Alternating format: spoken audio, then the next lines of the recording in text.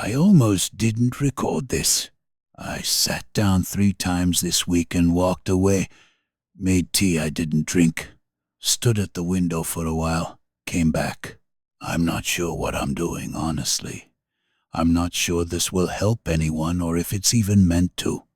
Maybe I just needed somewhere to put it, before I can't anymore. My name is Harold Eugene Marsh. I'm 85 years old, and I've been called a failure by enough people in my life that, for a long time, I believed them. I don't anymore, but it took me until almost the very end to stop. I grew up in a small house in Decatur, Illinois. 4 kids. My father worked at a printing plant. My mother cleaned 2 houses on Thursdays to help make rent in the lean months. We weren't poor in the way that makes you hungry, but we were poor enough that new shoes happened once a year, whether you needed them or not. My father was a quiet man. Not cold, just quiet. He didn't say much, but when he did say something, you felt it land. The one thing he said to me more than anything else was this: do something that counts. I was 9 when he first said it. I didn't understand it. I nodded the way children nod, the way that means nothing, but it stayed in me like a splinter you can't find. You don't feel it until you press on it. I pressed on it for 80 years. I was not what the world called successful. I want to be honest about that, because otherwise none of this means what I need it to mean. I didn't finish college. I started at a small school downstate, but my father's health turned in my 2nd year, and I came home. I told myself it was temporary. Most things we tell ourselves are temporary, and then they just become your life. I worked at a hardware store for 11 years. Managed it eventually. Then, the owner's son came back from California and didn't need a manager anymore. I understood. I wasn't bitter.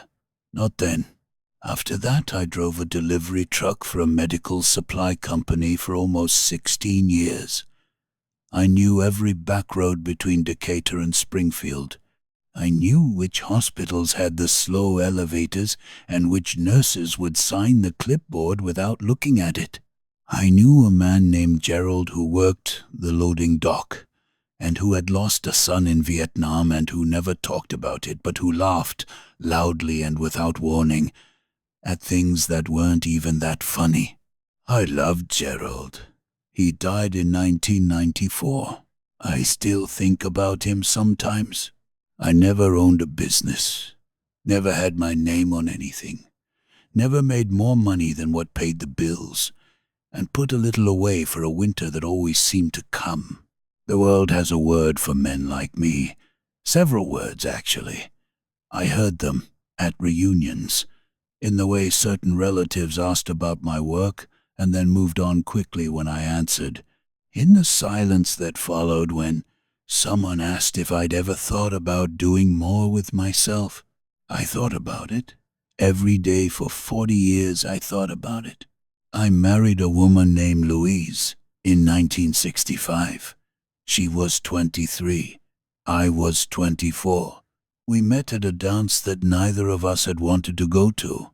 She was wearing a yellow dress, and she was standing slightly apart from everyone else, not because she was shy. She wasn't shy, but because she was watching people with this look on her face, like she was reading something fascinating and private in each of them. I asked her to dance because I didn't know what else to do with that feeling. We were married for 51 years. She died on a Tuesday morning in 2016. It rained that day. It felt too obvious, the rain, like the world was trying too hard. Louise would have laughed at that. She had no patience for things that tried too hard. I don't talk about her often because I can't find the right scale for it. You can't describe 51 years to someone.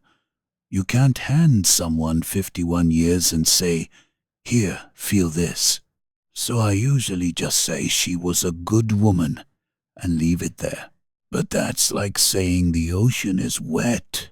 Technically true, completely wrong. We had 2 children, a daughter, Karen, born in 1967, a son, Michael, born in 1970.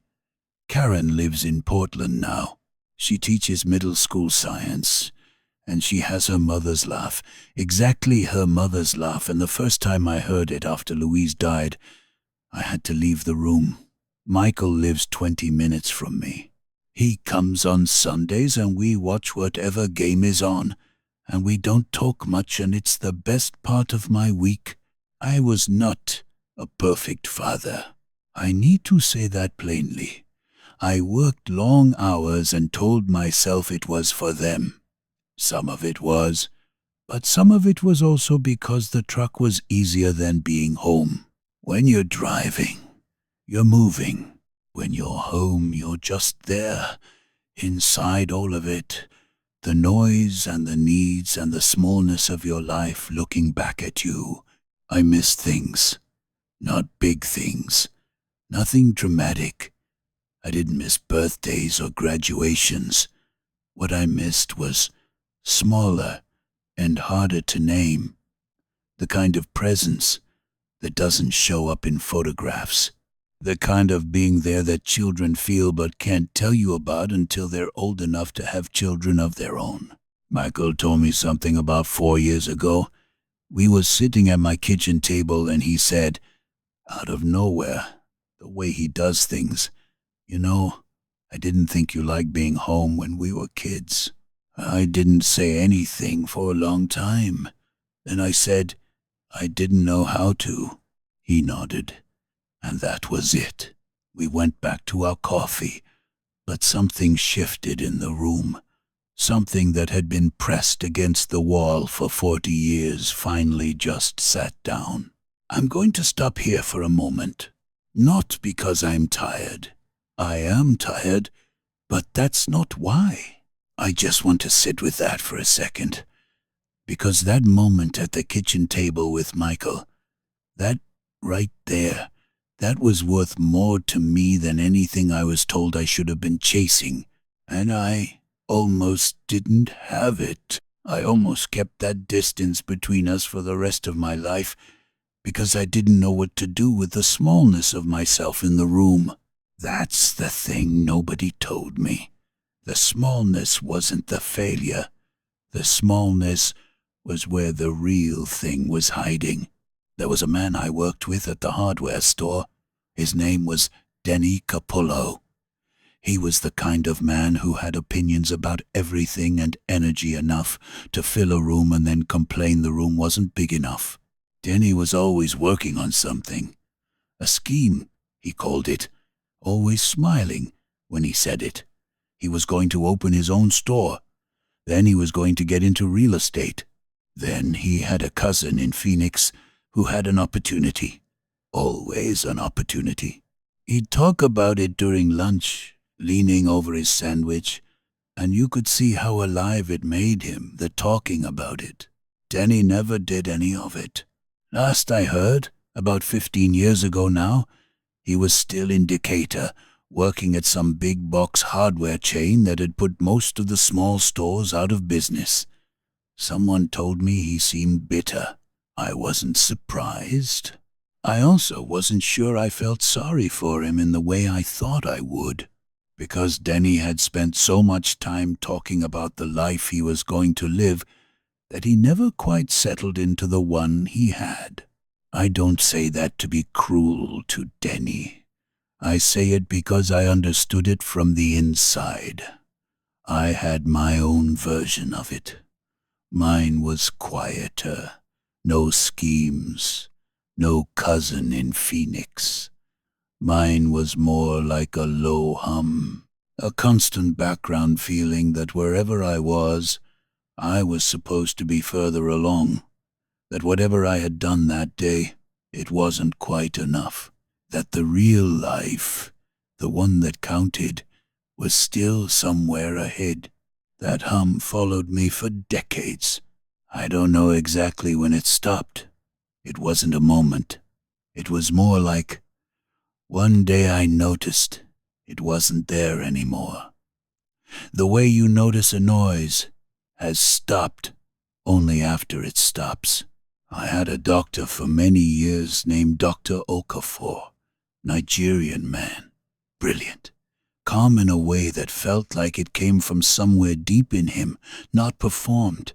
He retired in 2019, and I was genuinely sad about it. I told him so. He smiled and said, "Harold, I think you are going to be all right." I told him I was 79 years old and my knees were bad and I had some irregular heart business they were watching, so maybe he should define all right. He laughed and he said, "I mean in here." And he touched his own chest, not pointing at me, just touching himself, like he was reminding himself of something too.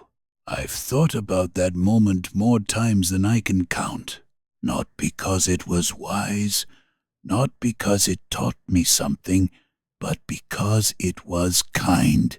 Because this man, who had seen God knows how many patients in how many conditions, took 30 seconds to say something true to an old man who probably didn't deserve that much attention. That kind of thing stays. The small kindnesses, they outlast everything. Louise and I used to drive out on Sunday evenings sometimes. No destination, just drive. She'd pick whatever direction felt right when we got to the end of our street. Left meant we'd end up near the reservoir. Right meant we'd go out past the old fairgrounds. Straight meant the longer road, through the farmland, which went on and on in that flat Midwestern way that some people find dull and I always found quieting. We didn't always talk on those drives. Sometimes we'd go 40 minutes without saying anything. Not uncomfortable silence. The other kind. The kind that proves you're comfortable with someone. One evening, we pulled over near an empty field. I don't know why. Louise just said, "Stop here for a minute," and I stopped. We sat there. The sky was doing something complicated with the colors. She watched it for a while, and then she said, "We've had a good life, Harold." Just like that. Present tense. Not we'll have, or we could have. We've had. I almost argued with her. That reflex was still in me then. The one that wanted to say, "Well, we could have done more, we could have gone places, we could have. But I didn't. I don't know why I didn't. Maybe I was tired. Maybe some part of me had started to understand something it couldn't yet say out loud. I just looked at the sky with her. That might be the best thing I ever did. I want to tell you about the year after Louise died, because it's important, and I don't talk about it. I was not well. Not in a way that showed up on tests, in a way that was harder to name. I stopped driving on Sundays. I stopped cooking real meals. I'd eat crackers and cheese over the sink and call it dinner and feel nothing about it. Michael would come and I'd say I was fine and I'd mean it, which was the frightening part. I wasn't lying. I genuinely couldn't feel how not fine I was. Karen flew out twice that first year, and both times I told her the trip was unnecessary. She came anyway. She has her mother's stubbornness, which used to frustrate me, and now I'm grateful for it every day. The second visit, she stayed for 10 days. She cooked, she cleaned, she watched old movies with me that I'd already seen 100 times. And on the last evening she was there, she sat across from me at the table and she just looked at me for a long moment. She said, "Dad, what did you love to do? Before everything, what did you actually love?" thought she meant work. I started to say something about the truck, about the roots. She shook her head gently. Not work. What did you love? I sat with that, and the answer surprised me, because it wasn't anything grand. It wasn't travel or music or some passion I'd neglected. I loved to be outside in the early morning. I loved a hardware store before customers came in, when it was just me and the smell of wood and metal and the light coming through the front window.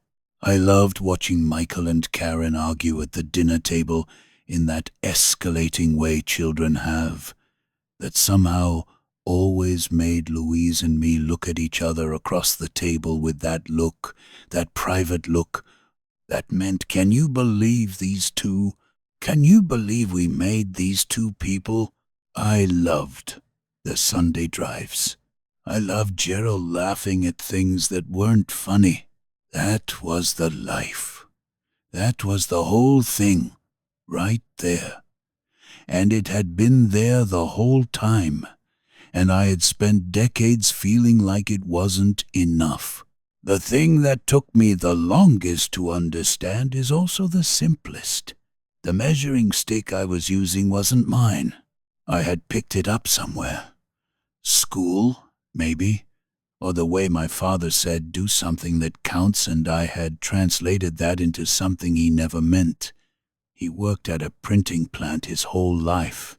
He didn't leave it looking for something that counted more. He just meant, be present in what you do. Be honest. Try. I made it into a verdict, and then I spent 80 years waiting for that verdict, not understanding that it had never been handed down because there was no court. There was no judge. There was just a man named Harold Marsh in a house in Decatur, Illinois, with a wife he loved and children he was still learning how to be close to, and a life that was absolutely, completely, ordinarily enough. I'm not in pain. I want to say that. My body is old and tired, and there are mornings when getting out of bed is a negotiation. But I'm not in pain. I have good days. I have Sundays with Michael. I have Karen's voice on the phone every Thursday. I have this recording, I suppose. Someone told me once, a long time ago, that the saddest thing is not a life that ended too soon. The saddest thing is a life that was fully alive the whole time and the person living it couldn't see it. I'm not sure who told me that. I can't place it. Maybe I read it. Maybe I heard it and forgot the source and only kept the thing itself. I believe it now. I didn't always, but I do now. If you sat with this whole recording, I want you to know I didn't make it for you. I made it for me, to put somewhere. But I'm glad you're here. I'm glad someone heard it. If any of this touched something in you, some small corner of recognition, you don't have to say so. But if you want to, the comments are there. I won't see them, most likely. But someone will. And maybe that's enough. Maybe that's always been enough. My name is Harold Eugene Marsh. I'm 85 years old, and I was alive the whole time. I just didn't always know it.